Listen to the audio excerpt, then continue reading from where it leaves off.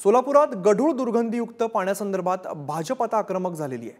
भाजप कार्यकर्ते भडकलेले आहेत आणि उपायुक्तांच्या कार्यालयात त्यांनी धडक दिलेली आहे। उपायुक्त संदीप कारंजे यांना वाढदिवसानिमित्त गढूळ पाण्याची भेट दिलेली आहे। सध्या सोलापूर शहरामध्ये पाच दिवसाआड पाणी पुरवठा केला जातोय आणि वारंवार तक्रारी करून देखील सोलापुरात गढूळ पाणी पुरवठा होतोय।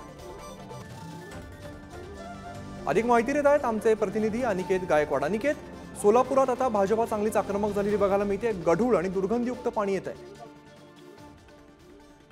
नक्कीच अमित, आपण जर बघितलं गेलं तर सोलापुरातील एका प्रभागामध्ये गढूळ पाणी पुरवठा होत असल्यानं आता भाजप नेते जे आहेत ते आक्रमक झाल्याचं चित्र दिसून आलं।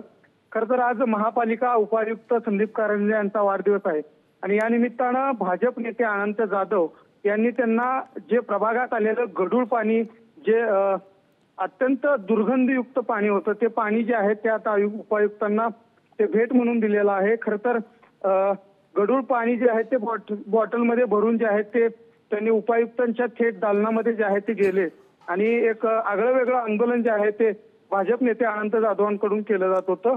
खरं तर सोलापूरमध्ये जे आहे ते 5 दिवसाआड पाणी पुरवठा होतोय आणि हा जो पाणी पुरवठा होतोय तो गढूळ होत असल्याचा आरोप जो आहे तो अनंत नेता जाधव यांनी केलेला आहे।